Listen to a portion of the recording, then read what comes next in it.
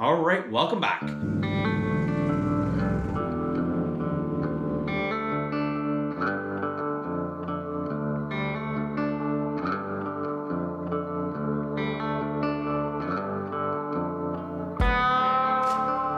Hey, welcome back everyone. Glad to have you along for the ride.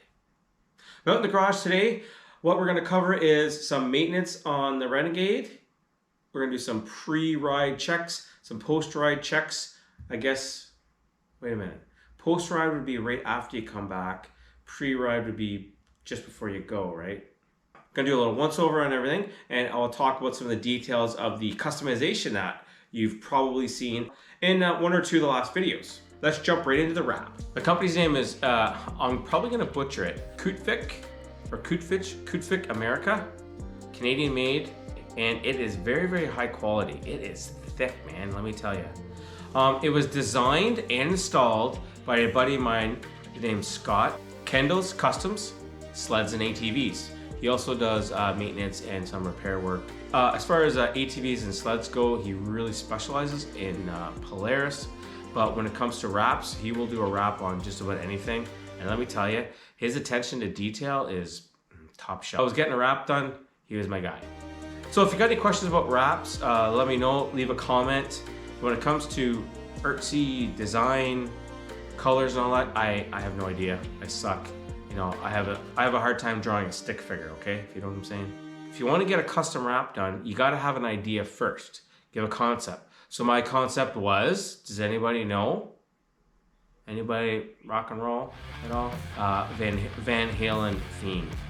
So just going through the wrap here, once you see it up close, you'll see all the different details that are in it. It looks, from far back, it looks kind of black, but the main color is a dark charcoal, which I wanted, and some black, and we got the white. It's got the Neo yellow in it and the Viper red, and it all blends together quite nicely. Let's talk about my new rack. It is from Swamped Life. He goes by Chance Doug on Facebook. He's also on Instagram, and he has a little bit on YouTube, but he's definitely on TikTok, so check him out. But mine here is actually kind of a custom one, and it's kind of a screw up actually, as it turns out. Not from Swamp Life, but for me. If you recall from some of my other videos, I have a BRP rack, and with that BRP rack, it allows me to use the Link accessories. That was kind of the main reason why I went with that to get started, because I didn't know what I wanted to do. I didn't know what I was going to use or how I was going to use it. But that rack got damaged.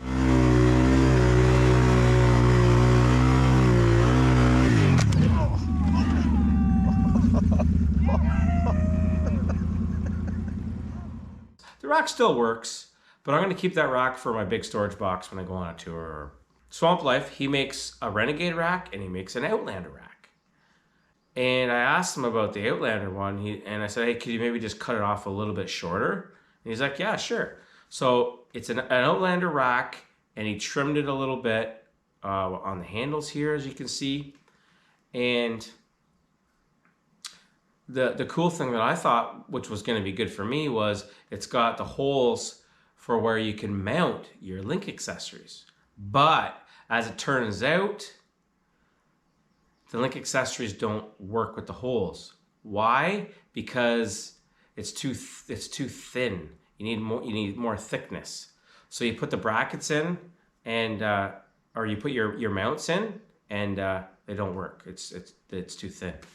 So I probably could have just went with a Renegade rack, which is a little bit smaller, but oh well, whatever. So what he did, as far as this one being kind of like a one-off, he took his Outlander rack, and then he put a Renegade mount on it, and his mount is welded.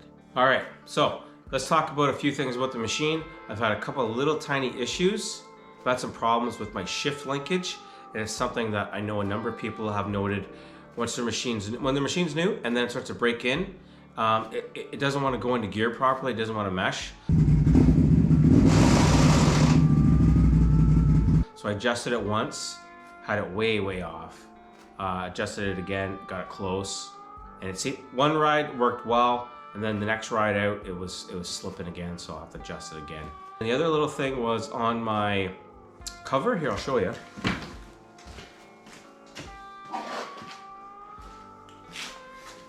Right here, there's supposed to be a tab, and here, and they both broke off at like the same time. Kind of sucks. And it was right after I got the wrap on. One was sort of half bent, and I was like, okay, well, if one breaks off, at least I'll still have one. And then like literally the next ride when I took it off, I pulled it, and the piece stayed in the rubber grommet, and it was gone. So I don't know. Maybe someone has an idea on how to fix that. I'm sure I'm not the only person that's ever happened to. If anyone has a fix for that, let me know, leave me a comment about that. That would give you some direction on which way to go. All right, so first thing I'm gonna do is I gotta take these tires off. One, I'm gonna check the wheel bearings and stuff for play.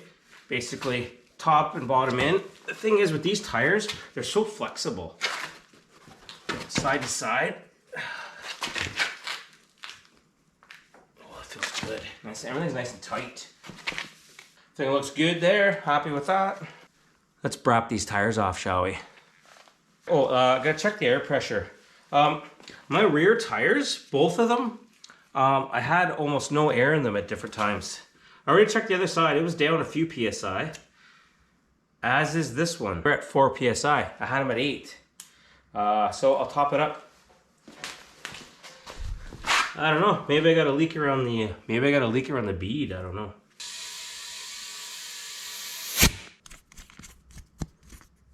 Okay, back tires are good. The front tires already checked them. They're a-okay.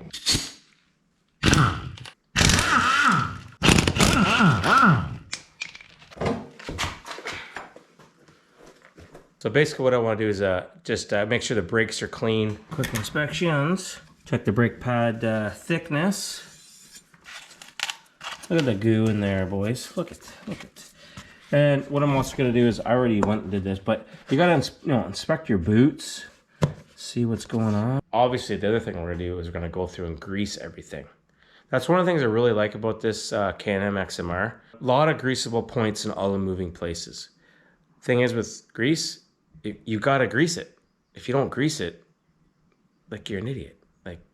Oh, I've never had to do anything to my machine and it seems fine. Oh, no. Grease and lube is always good. Action shots, eh? Nice.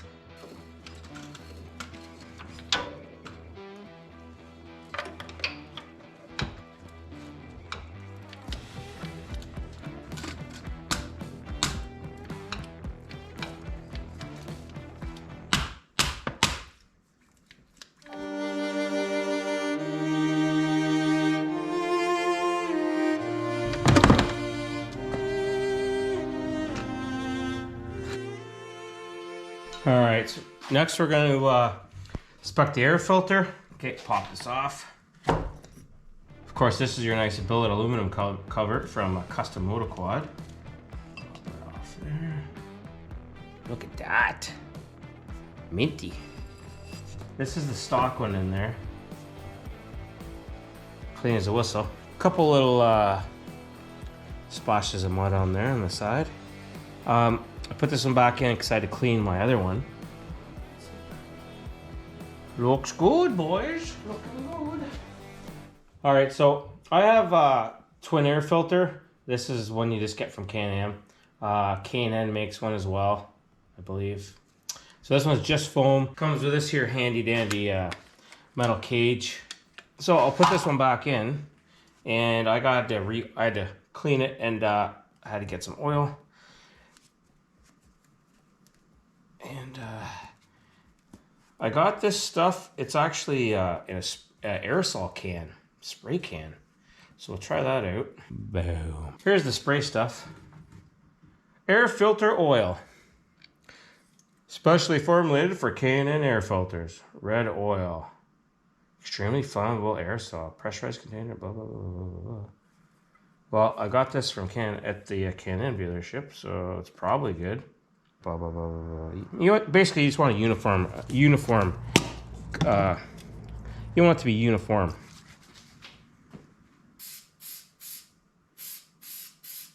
And it goes just like that. Boom. Done.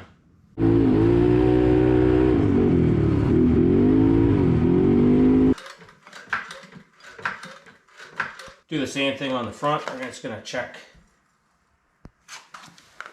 for some play. Check in and out. Smooth. Smooth as golden.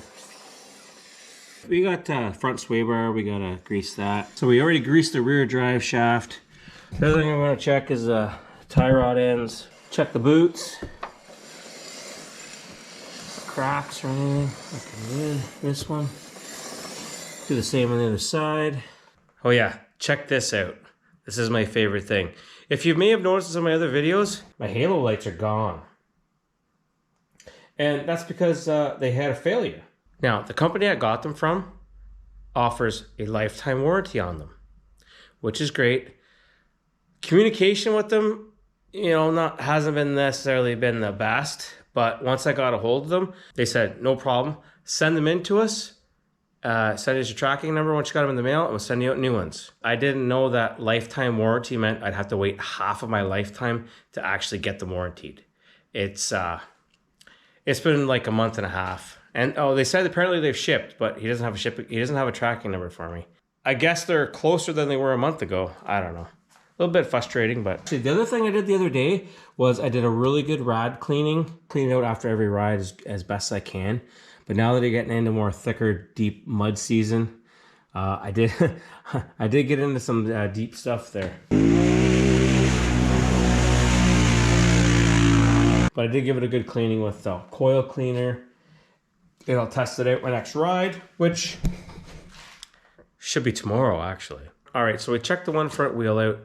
Its wheel bearing's good. The tie rods are nice and tight. Everything's A-okay. So I'm gonna do some greasing. I'm gonna check the other side, put her back down, put her all back together, and we'll be ready to ride. We're ready to ride the Renegade again. Gonna hit up some local trails. The guy Dave that I rode with a few weeks back, you would have seen in that video. He has a 2021 Outlander XMR 650. He's got the XM310s on there. That is a really, really good package. It works really, really well.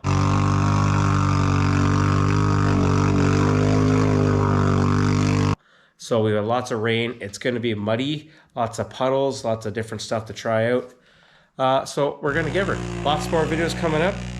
Don't be afraid to watch another one while you're waiting. I would appreciate it. You know what? If you liked it, give her a little thumbs up for me. Don't be afraid to subscribe so you don't miss anything.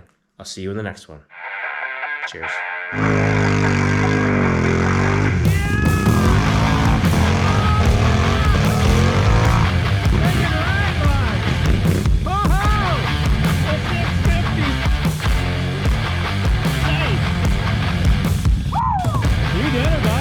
That's tough, man.